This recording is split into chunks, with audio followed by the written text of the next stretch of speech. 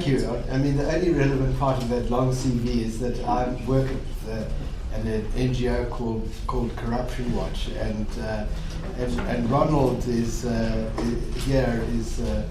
one of my colleagues who manages our stakeholder relations work, which is why I thought it was important to bring him here today to share in this conversation with me.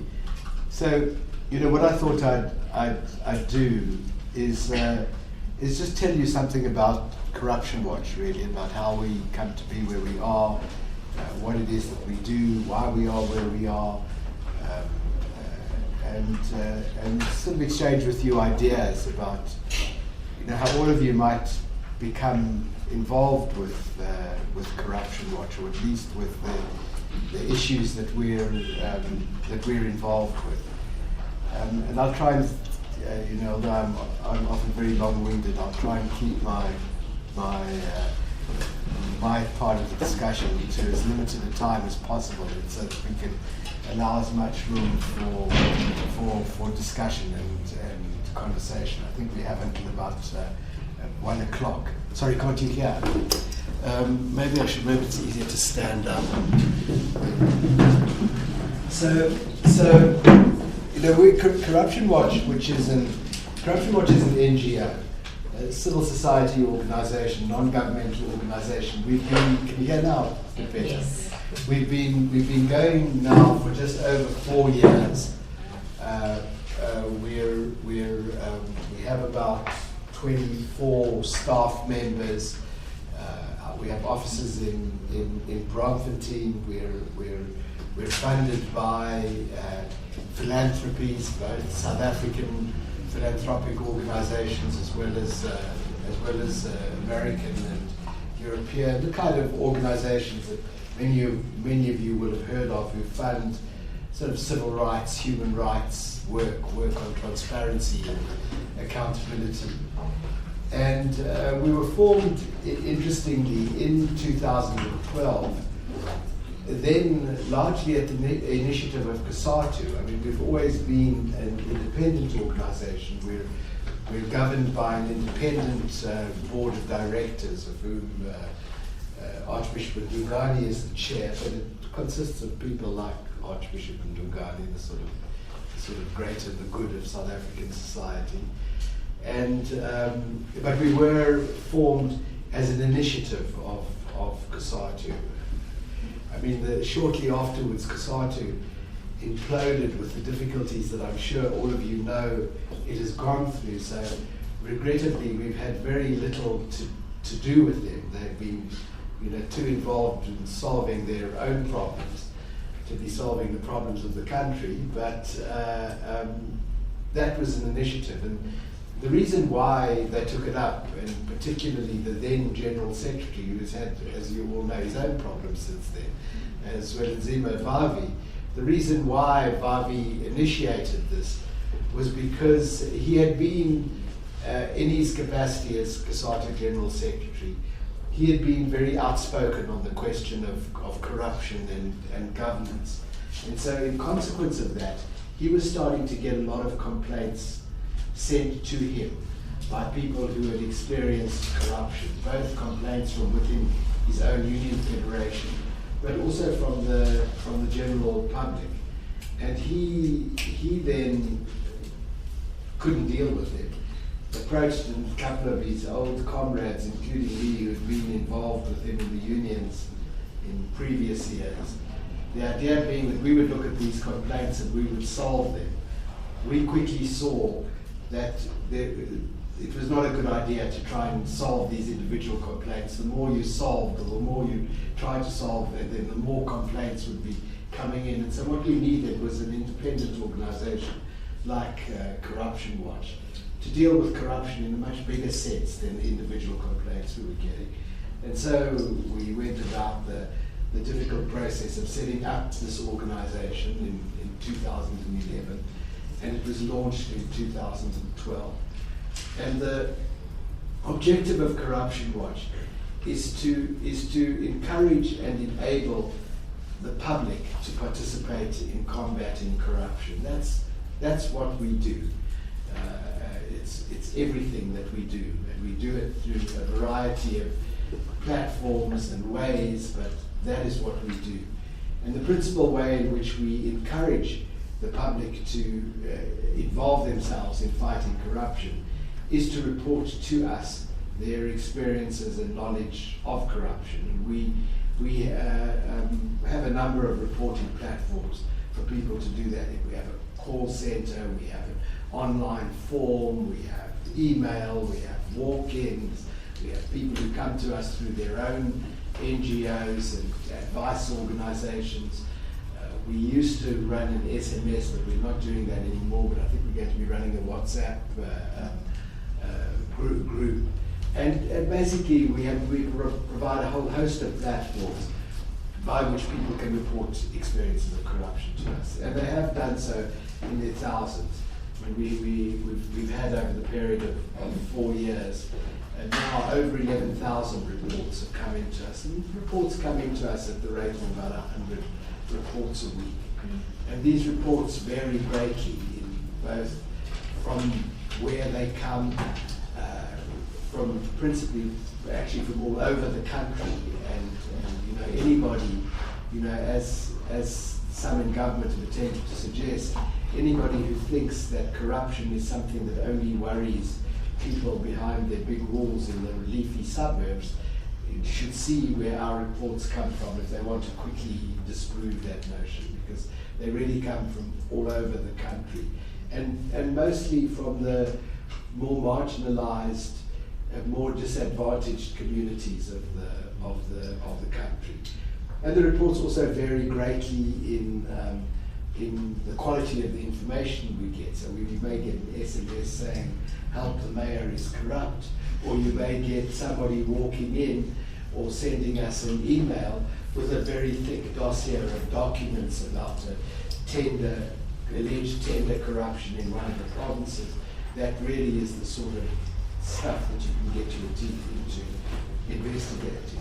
But all those reports are treated in a variety of ways. I mean, obviously, investigating reports is a very, very time-consuming and very resource-consuming business, and we can only investigate a tiny number of the reports that we get.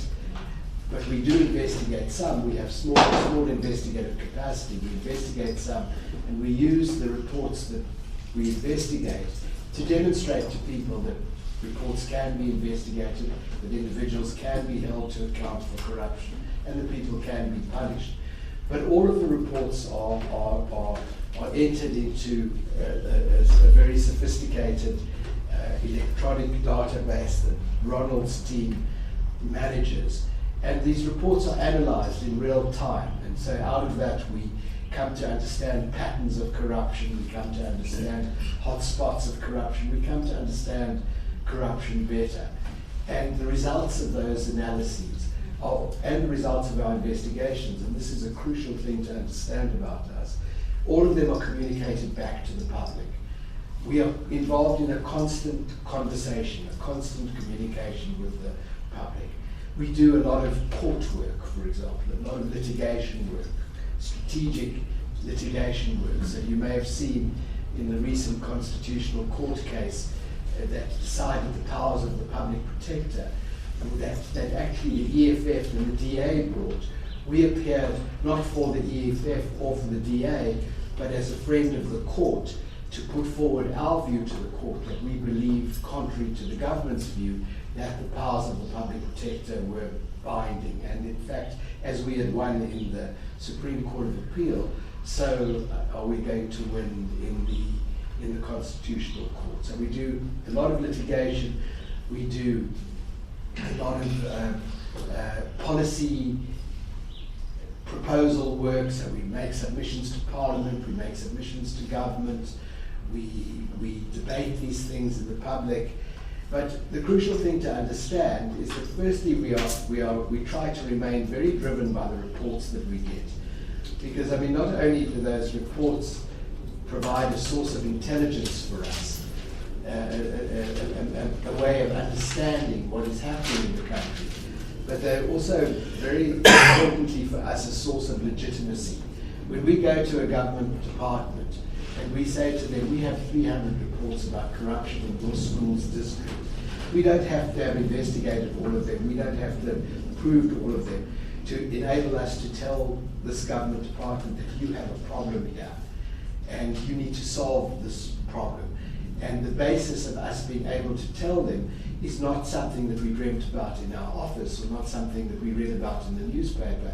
It's something that we learned from the reports that we get. So the reports, even though we're not a mass-based organization, we don't have membership, we have public voice that enables us to speak with the voice of the public, not represent them, but to actually act as a platform of communication between the public, essentially, and the government, and in very important instances, the leadership of the private sector and of political parties as well. And so really, the way to understand Corruption Watch is to see us as a communications unit. We have a very active communications unit, which is at the center of Corruption Watch. And surrounding it are people, community organizers and data analysts like Ronald. We have a small team of lawyers and investigators. We have writers. We have research people. We have lawyers, as I may have said already. And what these people who, if you like, surround our communications unit do is that they provide the content for this constant communication that we have with the public. And we have this communication on every single platform that we can possibly find. So we do a lot of work with the media, both with the commercial media, radio, television, print media, also with community media we do a lot of work. We have a very, very active website, which is not like the sort of website you go to find out what the organization is and what its address is. It's a news website. We have a second website which we call Corruption Watch Connected, which enables us to have really detailed conversations with virtual communities of people where videos can be posted, documents can be posted online, and these are detailed conversations, and it would be great if you as a community, as a group of people who will have gotten to know each other at the end of this process, you could form your own community on our website to continue the conversations that you're going to have over the next 6 months. And if you want to have a conversation with us as well about the sort of work that we do, that's the second platform that we do. And actually in this day and age, we are very hot on doing social media. I don't know how to do social media. Fortunately, we have a very smart 23-year-old in our office who does, and we are very successful and very innovative social media work. We do a lot of animation work on YouTube. You should look at our Brachocho videos, which is a comic character that a young animator has developed for us that tells interesting stories about corruption. I mean, some of which have been viewed by 250,000 people. We have I think, something of the order now of about 80,000 Twitter followers. We have a very active Facebook page. So we communicate wherever we can. And this is another way of communicating. We accept any invitation to speak to anybody all of the time, because essentially what we are is a body about communicating with the public, talking to them and listening to them, I hope as well. I'm better at talking than I am at listening, I'm afraid. But that's what we try. That's what we try to do, and that's our sort of modus operandi, if you like. That's the way in which we work. I mean, why do we do this? I should mention also, particularly actually in Ronald's presence, that one of the things that we do with the reports, and increasingly maybe the most important things that we do with the reports, as I said, we analyze these reports and they enable us to identify hotspots and patterns of corruption. And what we do with that data is we identify the material for focused campaigns.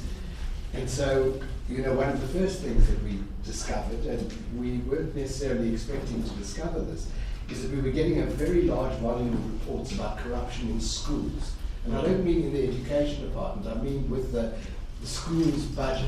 And we got a lot of reports about that. And so we mounted a campaign with respect to schools that Ronald can talk about, that has been one of our most successful campaigns. In that campaign, we found, for example, that although we aimed the messaging of the campaign at parents and teachers, we found actually that the learners were incredibly interested in what we were doing as well. And that led us gradually into a youth campaign, which has now become one of our very largest campaigns, and in a sense, a campaign that we've learned an enormous amount from. And I'll tell you something about that. And now, as I think I see Ronald has handed out some material to you, our big campaign for this year and our flagship campaign for this year that we want all of you to be involved in is a campaign around the appointment of the new public protector. Later this year, Tuli Madonsela's term of office ends. She can't stand again for that term, for that position. And so there is a process to appoint a new public protector. Interestingly, the Public Protector Act allows a lot of space for public participation in the appointment of the new public protector. And we'll talk about this maybe in our discussion period, and you can read it on these things that Ronald has handed out here, because this really provides the public with an opportunity for participating in the decision about who their public protector is. And you can be sure that I think that the government is going to feel after 7 years of Tuli Madonsela that they need a public protector who looks after the executive rather better than the public. And I think it's just very important for us that we maintain the leadership of that institution in the hands of the sort of person who believes that government should be held accountable to the public. And that's why we've mounted this campaign. And we do a variety of campaigns. We're at the moment trying to build a campaign around local government and youth, for example, looking at why youth participation in local government appears to be as low as it is. And a project that will take in several municipalities in KZN and several municipalities in Gauteng. So that's what we do. I mean, why do we do this? A lot of people don't fully understand what corruption is. We've developed this understanding, in the context of doing what we're doing. We didn't necessarily come to this with a very clear understanding. But traditionally, corruption is defined as the abuse of public power and public resources for private gain. And this doesn't mean that it only involves the public sector, but it does involve public resources and public power. And those resources may be abused by people in the private sector, they may be abused by people in political organizations and political leadership, or indeed they may, and they often are, abused by people in the private sector. So that when you have a case of tender corruption, which is probably the most common case of grand corruption that everybody knows about, inevitably there is somebody who has paid the bribe and somebody who has accepted the bribe, and the payer of the bribe is usually from the private sector, and the person who accepts the bribe is usually from the public sector who hands out the contract. But you may say that about all forms of corruption. It really is about the place where the private meets the public. And so if it's a traffic cop who's taking the bribe, it's a private citizen who's paying the bribe. And although that doesn't capture all forms of corruption, you really can think of corruption as the place where the private meets the public and public resources are abused, and public power is abused. So why should we be worried about that? There are two reasons for being worried about it. Oddly, the least important reason, but a very important reason nevertheless, is that it diverts a massive quantum of resources away from where they should be into the private pockets of individuals. And those who suffer the consequences of that are principally people who rely on public resources. People who rely on public transport, public housing, public health, public education, public security. Those are the ones whose resources are diverted elsewhere. Those are where public resources are spent. people who have private education, private health care, private security guards, private transport, are much less affected, as it so happens, by corruption than other poor. So it diverts resources, principally away from the poor, to others, often, but not always, the rich. But for me, the second reason why we need to be really worried about corruption is maybe the most important reason. And that is that, and you can see it in this country, although I must underline that this is not a South African problem, this is a global problem. But it has reached very serious proportions in South Africa, is that it leads to a massive distrust on the part of the public in their elected institutions, in their governments, and in their private sector. So that people no longer believe that the government is a source of resources for the public.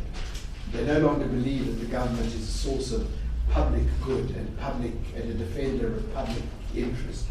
They no longer trust the people who bake their bread or supply their medicines or who are supposed to guard their savings. They don't trust public officials. They don't trust their democratic institutions.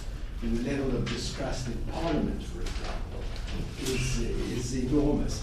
And you see this happening all over the world. I mean, I don't know how many of you followed the American presidential elections, but you see there that people are voting sometimes for truly ridiculous right-wing people, but also sometimes for people who are very much to the left of the political establishment, because they have lost trust in the ability of the institutions of what they consider to be the establishment to do what needs to be done for them. So you look at those candidates in the presidential election, and most of them are bending over backwards to prove that they are most distant from Washington. Even if they've been working and living in Washington for all their lives, they know what the American public think of Washington. And gradually, I think the South African public feel not too different about Cape Town and Pretoria as the American public feel about Washington. And once that happens, once that spiral sets in of distrust in the public, in the public sector and in democratic institutions and in the private sector, once that distrust sets in, then we really are into very serious problems, because it becomes then very, very difficult to turn that around. Has this project been a successful project? It's one of those social justice programs that are difficult to measure the success of, and it's something that we are constantly paying attention to trying to do. I think it has been. I mean, I maybe enjoy it because I think, all my working life I've always been involved in problems that actually have no solution. And this is maybe one of those problems that there's never an end in sight. It's a problem essentially about accountability. I always think that what happened in 1994 was that we all thought that we've got the government we wanted. And to some extent that we were entitled to think that after a very long, hard struggle, we got the government that we wanted. And then we thought that we could sit back at home, like many of us did, and things would now come to us from Pretoria and Cape Town. Or you could do what somebody like I did, and I think Ronald did as well. You could go to Pretoria and Cape Town and go and work there and think that way you would make things come to people. And we forgot that the only government that makes things come to people is a government that the people hold accountable. If people don't hold that government accountable, forget it. It doesn't matter if it's a Swedish government, a British government, an Indian government, or a South African government. They will all tend to behave in the same way. And I think, in 1994, we got the government we wanted. We then took our foot off the accelerator, and we landed up with the government we deserved, I think, quite correctly. And I think that now we have to, and I think there's now a sign of real revival amongst civil society, including amongst the church groups, including from organizations like ourselves, who have come to recognize that this is not necessarily an inherently bad or an inherently good government, but it's only going to be as good as we hold them accountable. So, for that reason, this is a never-ending project. It's also, because the minute we relax our vigilance, we will go backwards again, or we won't go forwards. But it's a particularly difficult project to measure the success of. However, I think that it has been a successful project. I mean, I actually feel that all the projects that I've been involved in, I've had the privilege to be involved in some very interesting and very difficult projects. Yeah, it's the most successful one, and I gauge that from the support that we receive from the public. We do a lot of work like this. We do a lot of radio call-in stuff. We do a lot of, as I said, of social media. And I discern that the public is really behind what we're doing, even though they often think that we can't possibly solve a problem that they see as a truly pervasive and big problem. And that's been one of our greatest challenges, is to make people believe that this problem can be solved. And this was one of the most important lessons that we learned from the youth, from the adults who we spoke to, as it were, for most of our time, from the older generation. They're the ones who've given up on this problem. Now, they're the ones who believe that it's a terrible problem, and they're very pleased that we're out there doing it, but they basically don't believe we can make any impact on it. With the youth, we found that they've never seen a problem that they can't solve. And so you might want to call that the arrogance of the youth, or the spirit of the youth, or whatever it is, but it's a very important ingredient in being able to tackle a problem of this scale.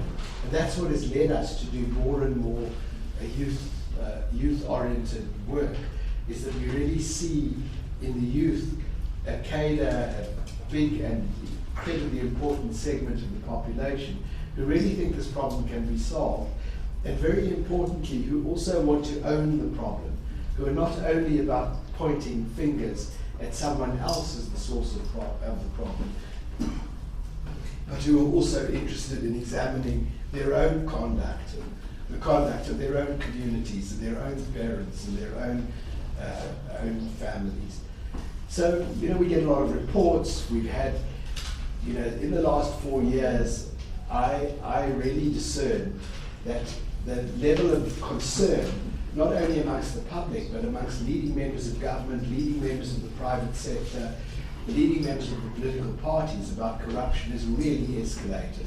They're much more receptive to us, much more willing to engage with us than they were at the beginning, in a way that was very familiar to me from the trade union movement in the early 70s. They took no notice of us until we demonstrated that we were going to stay and we weren't going to go away and we were going to carry on doing it. And I really discern now from government that there are many people who really understand the gravity of the problem. And of course there are a variety of reasons for understanding that. Some have always had the kind of integrity and the honesty to understand it's a problem, but have maybe been too immersed in their government work or whatever to do anything about it. There are others who see that the stability of their political parties, the stability of their government, the stability of their own personal career is threatened if they don't come on board with combating corruption. So to that extent, I think it's been a successful project, but it's only going to be as successful as we continue to generate and command the support and the regard of the public. And that's why we're here today. I mean, really, it's not only out of the kindness of our hearts that we come and do these kind of talks all the time, but it's because your support is absolutely essential. And leadership groups like this are precisely the kind of groups that we want to talk with. And we want to hear what you think we've done wrong, where you think we could do better, and have this kind of conversation with you, and have you really become sort of active participants in Corruption Watch, and active ambassadors for Corruption Watch, and whatever it is that you do in in your daily lives or whatever it is that you will do, because it really is a problem, as I say, that affects us all, wherever we are and whatever we do. So I don't know if Ronald wants to add anything. All right. Yeah. Just say a few things. Hi everyone. Yeah. So I'll just reiterate on the work that we do with the youth, David. So basically, as David indicated in the beginning of this presentation, our model has always been about the public reporting corruption to us. And then at some point we sat down and said, is this the only way we could be doing as an organization? And then we decided to say to take an approach of working with young people. But because we didn't, I'm not young anymore, you can see my chin. So because we didn't know what young people think of corruption, think of accountability, integrity, and responsibility, we couldn't develop a strategy on how to engage young people. So what we did was we actually contacted young people from around the country. Some of them were SRC presidents from universities. Some of them were unemployed young people who are just activists in communities. We had young people from high schools who are participating in debate competitions, young employers who are below the age of 35, young employees who are also below the age of 30. And we put them in the room and we said, how can young people participate effectively in activities where we are talking about combating corruption? Because we were getting people reporting to us, but when we look at who's reporting to us, it was mainly adults, and the way we have segmented our campaigns, we are targeting teachers, school principals, traffic officers, and we didn't have a platform where young people can actually air their views. And young people, as David said, immediately said to us, but you corruption watch, when we hear you talk on the radio, you're pointing fingers at government. You're not talking to us as young people. Can't you have messages directed at us? Because it's not only the traffic officer who asks for a bribe, but it also us as young people are offering a bribe to get out of trouble. So why aren't you talking to us in terms of that? We drive our cars at a high speed. Those who are from families that can afford cars. We go out to Melville at night. We drive our cars at high speed. We are on a cell phone while we're talking. So we're breaking all the laws. We had a few more drinks and then we are 50 in the car instead of being 10 in the car, for example. By the time the traffic officer stops us, it's us offering a cool drink to get out of trouble. It's no longer them. Yes, he's an adult, he's not supposed to be taking that. But young people said to us, hence we had a campaign that was called My Hands Are Clean. So the My Hands Are Clean campaign was developed by young people. They came up with a strategy, and then they said to Corruption Watch, run with it. And we ran with it. But we didn't only want to listen to young people once. So what we did was we kept the group that we identified. There are about 40 to 50 members. And any one of you who want to serve on the youth forum that we have can do that. You can just get in touch with us, and then we have at least every quarter we have a meeting, and then we fly young people from all provinces, from all communities. They catch buses and they come spend a day with us. They are our sounding board on everything that we do. This year is about local government elections for us. This year is about the appointment of the public protector. Again, we're going to say to them, how do we get young people to get interested on this issue? Because we believe that they are representing young people at a broader scale. Some of them are from Activate and all this, and many other organizations. So that is what I wanted to talk about. To say we've got a youth forum that is ongoing. If you want to be part of that, you are more than welcome to make an application. We've got an application form for you just to tell us where you come from, why are you interested on these issues, because the idea is for us to share information with young people. When young people get to, because we, as David said, we are only a group of 24 based in Johannesburg, and we want to have presence in the Free State, in Tembisa, in Orange Farm. How do we do that? As by having forum members who are representative of the country, and when they go back to their communities, you can even start just a Twitter handle and say, this Twitter handle I'm starting it for my friends, for my community, to talk about issues of corruption. You can organize workshops and you invite us to come and talk to a group of people in your community. You can say, I'm studying communications. There's a community radio stations. Give me media training and I'll do talks on your behalf at the community radio stations. As long as we make you understand who Corruption Watch is, how we work, and who we not. So we are already working with young people at that level. But also, young people said to us, corruption issues are boring. If you're going to stand in front of us and just keep on talking, we're going to lose interest at some point. Find other creative ways of engaging us. If I don't know how many of you know a house lady called Fiesta Black, the girl who sings a song called Shikupu. So what we did was we partnered with her after being advised by young people to use different forms of arts.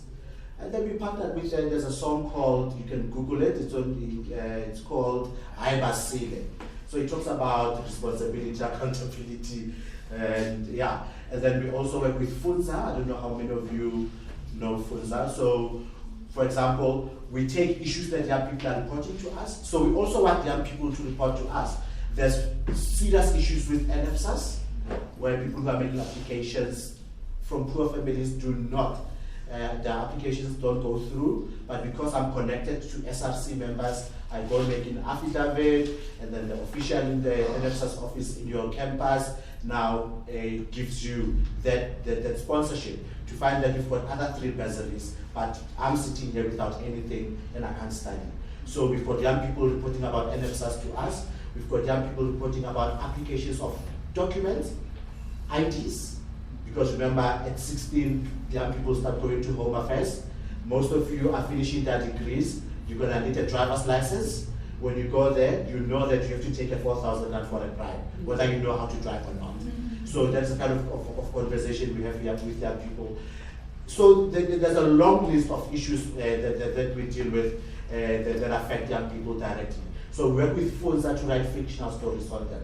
So if you go to Funza's website, you'll find that there's a story called License to Lie. It's about licensing issues. There's a story about the abuse of power. This young lady who's been abused by a teacher in a school in exchange for good grades.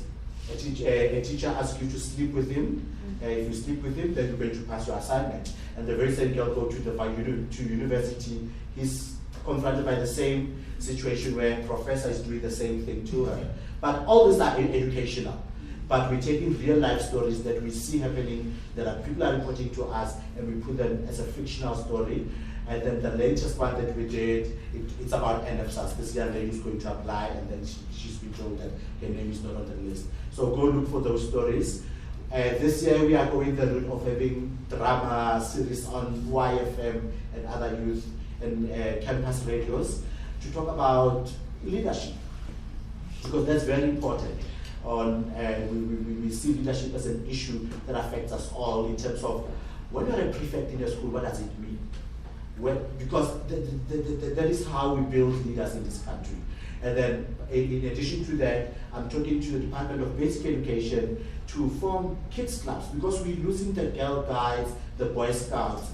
And then what we are doing is, because we don't only want to point fingers, we also want to have a more of a behavior change approach on issues of accountability.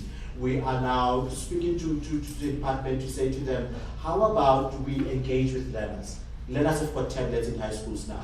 So it will be easy to have online communication with them on a weekly basis, but also have online face-to-face interaction with them.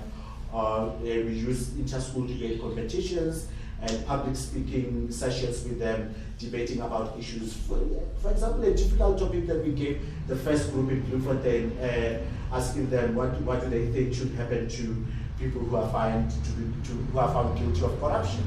And they went to the Constitution, and they quoted everything that I never even thought of as a great change man. And then in most cases, people will tell you that don't engage young people on these issues, it's not their problem. But basically, I just wanted to touch on that. The Brajojo videos are very fun. We've just done another one. So Brajojo is the most corrupt character. And so we take real life cases again, and then we produce these videos. You will see he's always arrested at the end, and then people say to us, but we know that doesn't happen in our country. Why does he get arrested?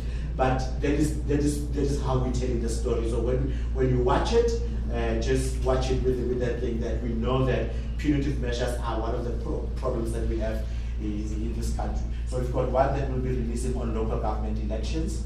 We did one for the school governing body elections last year. Very interesting, where Brajojo was renting a child.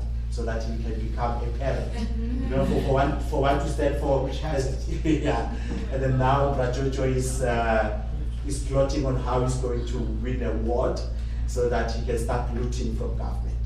Yeah, so those are the kind of things that we're working on. We still need new ideas from the public. The 9th of December is International Anti-Corruption Day. We are a chapter of Transparency International. And last year, for the first year, we celebrated it with youth. So the very same forum members, we hosted a youth forum on the 9th of December at the Orbit in Braamfontein. And we had the public protector coming to talk, to engage with their people. We don't believe in this we never really do this with young people because we don't want to stand and talk. We want young people actually to feed us with information, and we see how we can use the information effectively. So it was a very nice session. We had before that we had a panel by the very same young people in the room. We were talking about privilege, we were talking about all the issues that affect young people. We went in together with another organization called Liberty. So we always try, as a 4-year-old organization, we don't have a rigid model. We are very flexible. Whenever we see something that we might use, we take it. Whenever we get ideas from anyone that we think we might use, we will do that up until we are a 20-year organization where we say, this is our approach and we're sticking to it. So you are more than welcome to join us, to follow us on Twitter, corruption_SA, at corruption_SA. When you go to Facebook, you just search Corruption Watch. And and then all the other information will be on our website. We've got a smartphone because we've got 10 reporting channels. And then one of them was an SMS Live, which charged the public R150 to get in touch with us. And also, in your report of corruption, you needed to have a word corruption or bribe. If you don't have that word, then we lose it because we're sharing the number with other service providers. So we did away with that. We bought a smartphone that we're managing ourselves in the office. So the number is there. I can give it to you. I don't know it by heart yet. But the idea with the number is people to send in WhatsApps to say, I live in Snawana, the ward councillor is selling an RDP house, can you help? We'll call you back to get more information, whatever. And then you can take pictures and say, here's a name tag of a traffic officer who was asking for a bribe from me in the morning. Now you took a picture, be safe. Sometimes we get in trouble for doing that. You go to Home Affairs, you go to apply for asylum, your asylum papers, they ask you for money just to fill in the form because you are speaking. If you take a picture and say, this is what I'm going through, we call you to get that more information.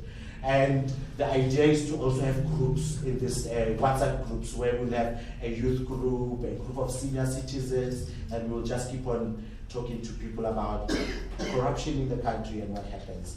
I think the time that we have left now is for questions and comments. And yeah, thank you very much. I think on the application, there is one access set. The youth forum. The youth forum. So what will happen with the youth forum is take this email, info, info, at corruptionwatch, one word, .org.za. It's going to go to a gentleman called Mzwandile. We met him through engaging with young people like this. He's from Activate. So he's managing that particular campaign. So yeah, just send an email, it will be forwarded to him. Thanks. Got a few questions, right? First, I understand you guys have capacity issues, due to the size of your organization. And corruption is widespread. So, obviously, I assume that you receive multiple requests a day for investigation, that sort of thing. I want to find out what, obviously, due to capacity issues, I mean, it's a little unrealistic that you attend to every single complaint or matter that's brought forward. So, I just want to find out what's the process of identifying or choosing which the investigation to pursue. Yeah, that's my first question. Okay, my next question. I mentioned holding government accountable post 1994. Around that, I just in your opinion, I just want to find out what does a statement actually mean, like holding government accountable? Sorry, what does? The statement holding government accountable mean? Do you mean interacting as a citizen, interacting with all the policies that they brought forward and have, say, failed in or not lived up to, and taking that to your wards, or to go straight to national, as a citizen, what does it mean to hold your government accountable, basically? And then my second last question, do you believe, working as part of a corruption watch, that there's a, you also mentioned that, corruption is a global phenomenon, and I also believe that, something I also believe, as controversial as it may seem, is that I believe in an acceptable level of corruption, because it's unrealistic to be put in a position of power or a position of managing resources, not assume that someone is taking a bit for themselves. And I find that in situations where there is corruption, how I define a certain level of corruption is that person in that office is still ensuring that public services are being met, and your mandate as whatever is being exactly. And in situations where that's not met, obviously corruption. So do you also believe that there's an acceptable level of corruption? And I'll ask my next question. There are a lot of questions here. I mean, let me, on how we select reports that we actually investigate, and as I've said, the same applies to the police, the same applies to the public protector. I mean, there are just not sufficient resources to investigate all the reports that one gets. And we choose them, we have a number of criteria for selecting them. I mean, we don't necessarily choose the one that involves the greatest amount of money. I mean, for example, when we focused on our schools campaign, we were very keen to investigate reports associated with schools, even though sometimes, compared to the big tender fraud in the provinces or issues like that, they represented quite small amounts of money, but they mobilized the public. They were great human interest issues. And so we chose them because they provided lessons about what form corruption took, in this case in the school, and they also, most importantly, provided lessons about how you could combat them. So from there on, we went into our involvement in the school governing board elections and school governing body elections and the like. So we use a variety of criteria to select what we investigate. Sometimes it is because of the huge sum of money involved.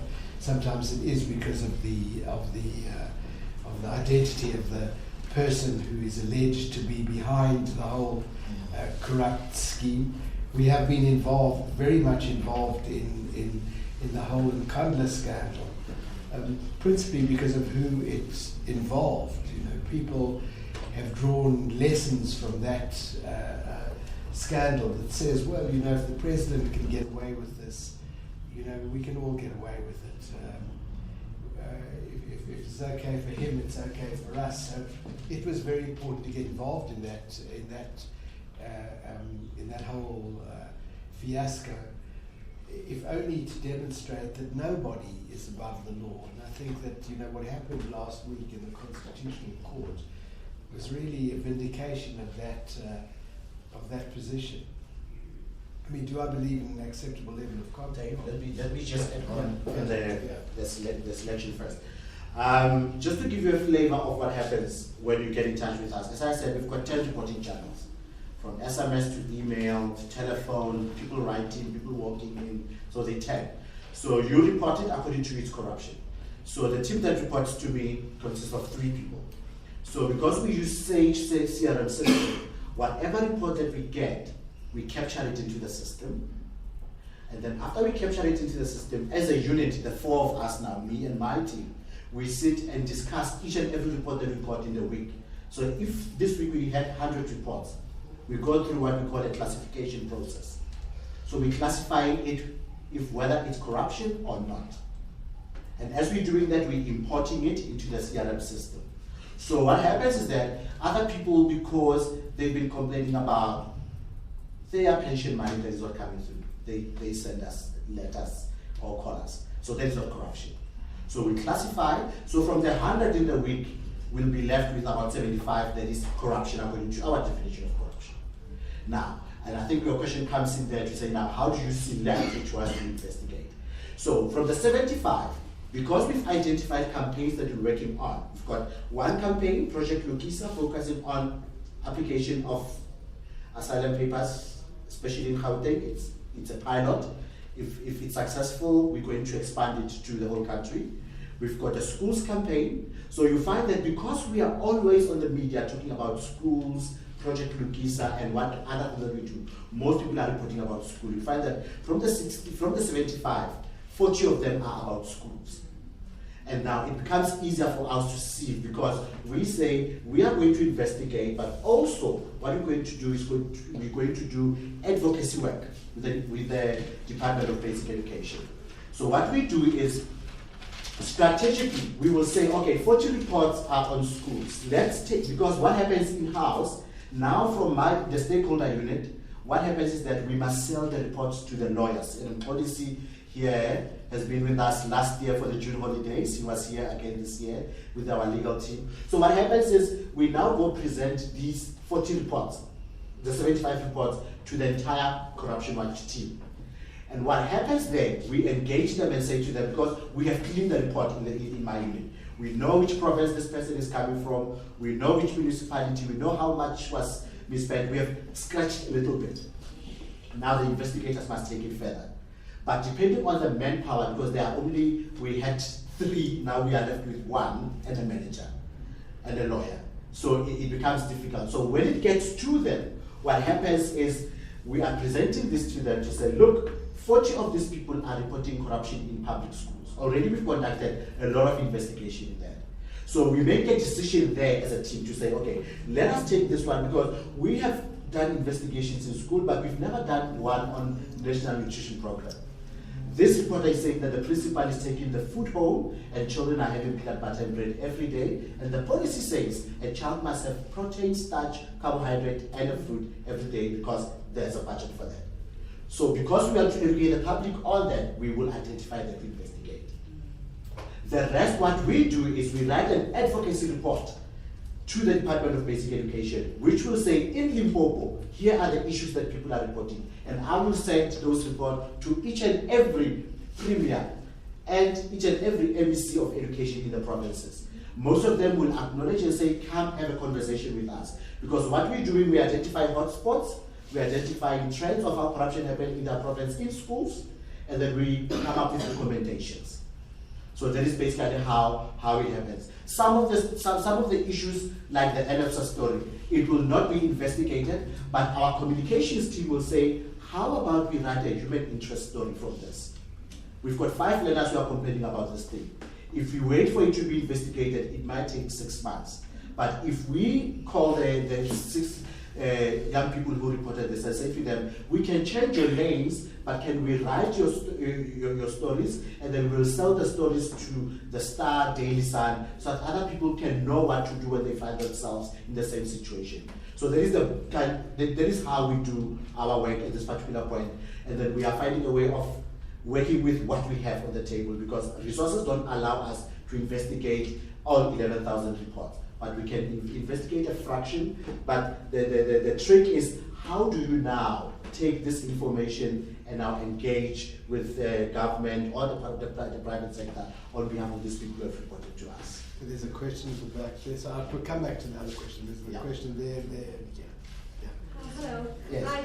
I just wanted to know, do you guys engage in broader ethical discussions on what constitutes corruption? Yeah. For example, should ministers be traveling business class, or why do our vice chancellors pay so much when students don't have fees? Things like that. Yeah. Another question?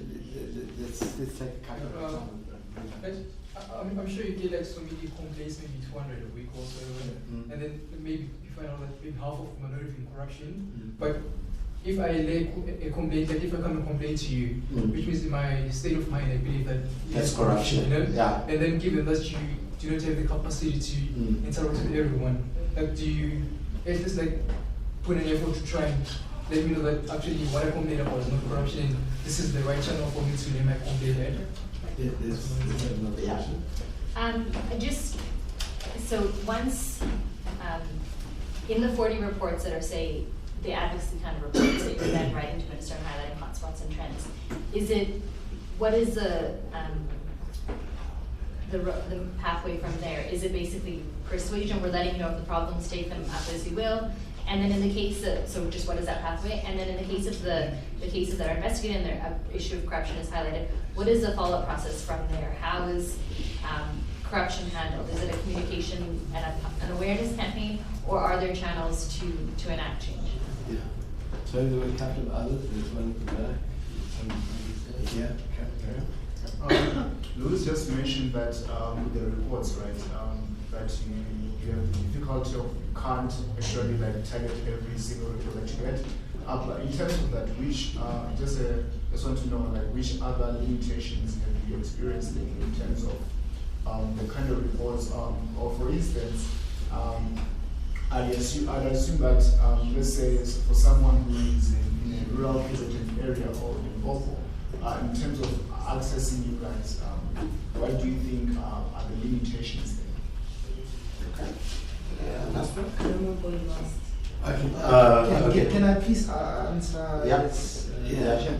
Well, on that point, me and some of my interns that were there last year, we decided to form something of a group where once in a while we go to communities and engage and talk to people, not just about corruption much, but just to make them aware. But because we are far from each other, it doesn't take place as often. So if anyone is interested in that, you can talk to me and then we can talk about this, because there's only 4 of us at this moment.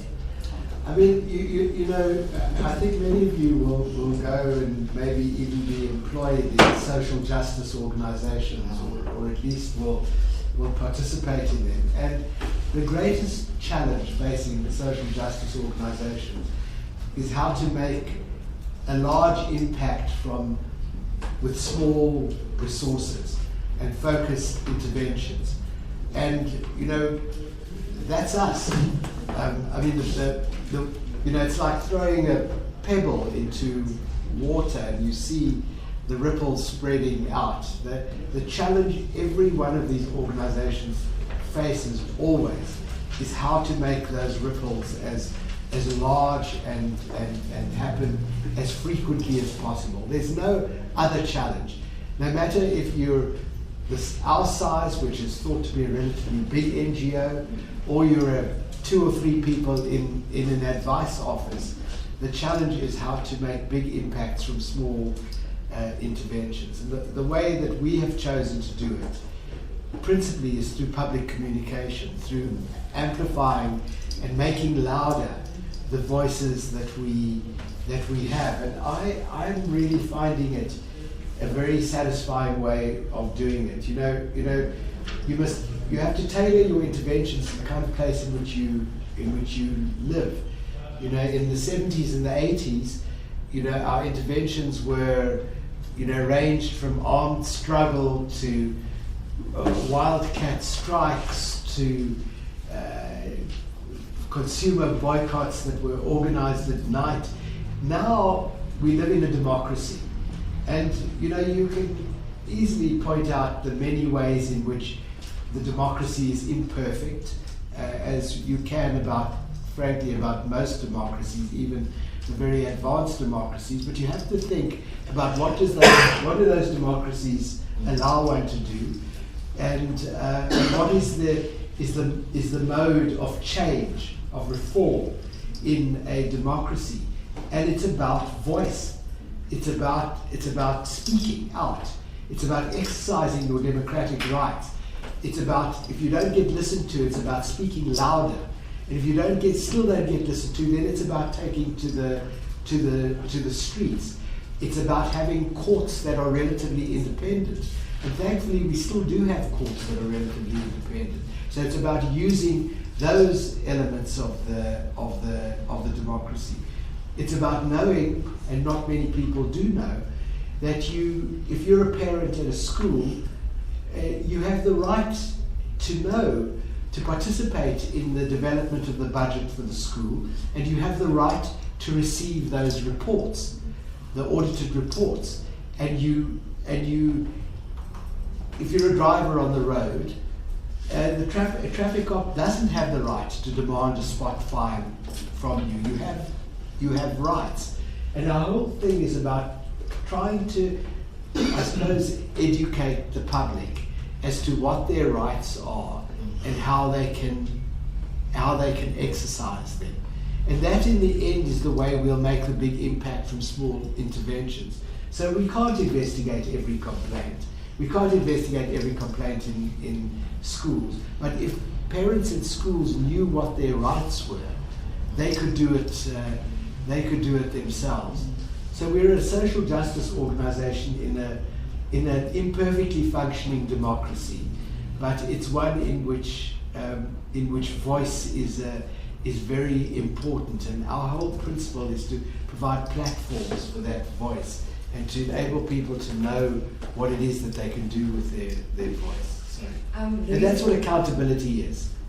To be perfectly honest, sorry, it's, this comrade here earlier asked a question about accountability. That's what accountability is all about. It's about saying, I put you there. People often ask us, so why we seem more interested in the public sector than the private sector? I mean, the answer to that question is that we're not really more interested in the public sector than the private sector. But I suppose if I were to be perfectly honest with you, I'd say I don't expect the CEO of Standard Bank to be listening to me, quite frankly. It's nice when he does. But I do expect the President of the country to be listening to me, because he's there, because I and all of us put him there. I do expect the Director General of a government department to treat public resources properly, because that's what he's there to do. He's there to prevent others, private citizens and others in the private sector, from abusing public property. And it's why I expect, even though when you bribe a traffic cop, you're as guilty of corruption as the traffic cop is, I expect the traffic cop to adopt a higher standard than a citizen, because he's there to prevent precisely that activity and to be held to account. So, and I think that's what accountability is all about. It's about knowing your rights and it's about exercising them.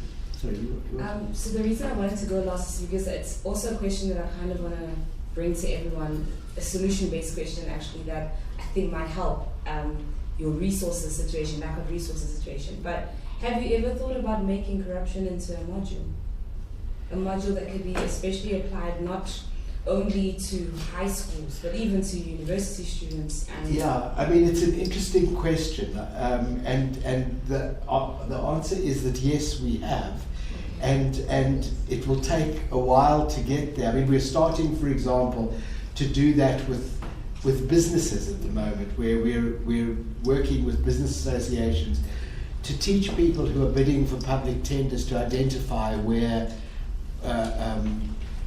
red flags for corruption. We would love to develop this in a module for schools. We do a lot of interaction with high schools, with